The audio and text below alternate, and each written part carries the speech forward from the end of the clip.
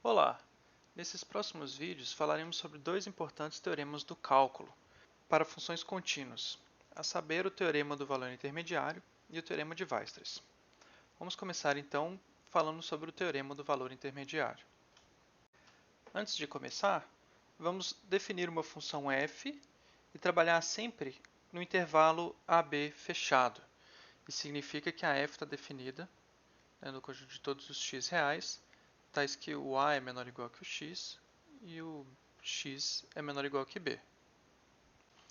Se a gente falar que a função é contínua, veja que como o a e o b são extremantes do intervalo, a gente só pode chegar em a pela direita e em b a gente só pode chegar pela esquerda. E nesse caso, veja que faz sentido a gente apenas tomar o limite pela direita de quando o x tende a a, e quando o x tende a b, apenas o limite pela esquerda. Nesse sentido, a gente vai falar que a função é contínua no intervalo AB fechado, se ela é contínua no intervalo AB aberto, e se ela for contínua à direita em A, que é o limite 2, e também contínua à esquerda em x igual a b. O termo do valor intermediário, então, diz que se f é uma função contínua no intervalo fechado AB, tal que o f de A é diferente de f de B, ou seja, nos extremos ela assume valores diferentes. O que ele diz então é que para todo y entre f de A e f de B, existe pelo menos um c entre A e B, tal que f de C é igual a y. Mas o que isso quer dizer? Isso basicamente quer dizer que todos os valores entre f de A e f de B serão atingidos pelo gráfico da f. No desenho abaixo, a gente está supondo que f de B é maior do que f de A. No intervalo do eixo y, entre f de A e f de B, qualquer y nesse intervalo é atingido por algum número c entre A e B, que é exatamente o que o teorema do valor intermediário diz, ou seja, existe pelo menos este c, que quando a gente avalia a função, o f de c é exatamente o y, para qualquer y, entre f de A e f de B. O importante resultado que segue diretamente do teorema do valor intermediário é o teorema do anulamento, que diz que se f é uma função contínua no intervalo fechado AB, tal que o f de A é menor que zero e o f de B é maior que zero, então tem pelo menos um c entre A e B, tal que o f de C é igual a zero. Ou seja, a f tem uma raiz no intervalo AB. Veja que para isso a gente pede apenas que a função seja contínua no intervalo AB como um todo. E isso pode ser usado, por exemplo, para mostrar que todo polinômio de grau ímpar admite pelo menos uma raiz real. Aqui, só para fazer um esboço dessa prova, o que a gente tem que observar é que se o polinômio p de x tem coeficiente determinante, vamos chamar de AN, que é o coeficiente que acompanha o AN xAN no polinômio p de x. Se esse AN for maior do que zero, então o que acontece é que o limite de quando x vai para mais infinito de p de x é igual a mais infinito, e o limite de quando x tende a menos infinito de p de x é igual a menos infinito. Isso é claro se o n é ímpar. E aí, nesse caso, a gente pode ver então que no mais infinito o polinômio tende para mais infinito, no menos infinito ele está tendendo para menos infinito.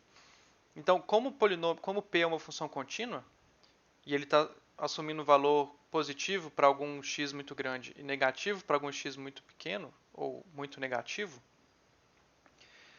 a gente pode afirmar que em algum momento ele vai passar pelo zero, que então significa que ele tem uma raiz real.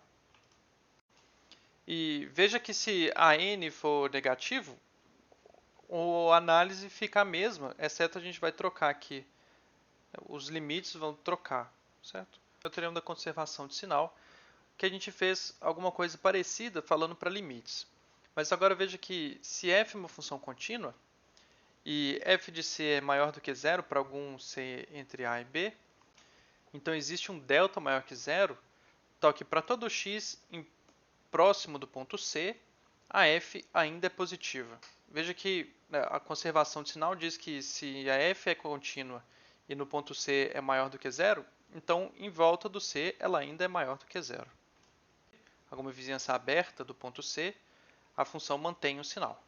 E é claro que a gente pode substituir o resultado para f de c menor do que zero e substituir a conclusão, adequando aqui para f de x é menor do que zero, no intervalo c menos delta, c mais delta. Vamos agora discutir esse exemplo. Veja que a função f de x igual a 2 sobre x assume o valor de menos 2 quando x vale 1, menos 1. Então, f de menos 1 é menos 2. E, por outro lado, o f de 1 vale 2. Ou seja, o f de menos 1 é menor do que zero e o f de 1 é maior do que zero. Então, a gente podemos aplicar aqui, a questão é essa, podemos aplicar aqui o teorema do valor intermediário, ou o teorema do anulamento, para falar que existe um valor entre menos 1 e 1, tal que a função f de x é igual a zero? Então, veja que se a gente olhar para a função 2 sobre x, a gente sabe que não existe nenhum x que anula essa função. Então, o resultado a gente já sabe que não existe. Agora, isso significa que tem algum erro no teorema do valor do anulamento? Mas, de fato, não existe nenhum problema no teorema, porque a função f, se a gente definir no intervalo menos 1, 1, veja que ela não está bem definida no zero. Então, ela não está definida no intervalo menos 1, 1 fechado. Ela está definida no intervalo menos 1, 1, excluído o ponto zero. A gente pode falar que a f, então, ela não está exatamente nas condições do teorema. Justamente porque o f de zero não está determinado. A função não está definida no zero. Então, ela não é contínua no intervalo menos 1, 1 inteiro. Certo? Ela não é contínua no ponto zero porque ela nem está definida no ponto zero. Isso mostra a importância das hipóteses do teorema do anulamento. Ou seja, a gente retirou uma das hipóteses, a gente não está pedindo mais que a função seja contínua no intervalo inteiro, e aí é claro que a gente não exibiu um exemplo que a conclusão também não acontece. Então, isso é tudo para esse vídeo. No próximo vídeo nós vamos falar sobre o teorema de Weierstrass, que também é um importante teorema de funções que estão definidas em intervalos fechados. Até breve.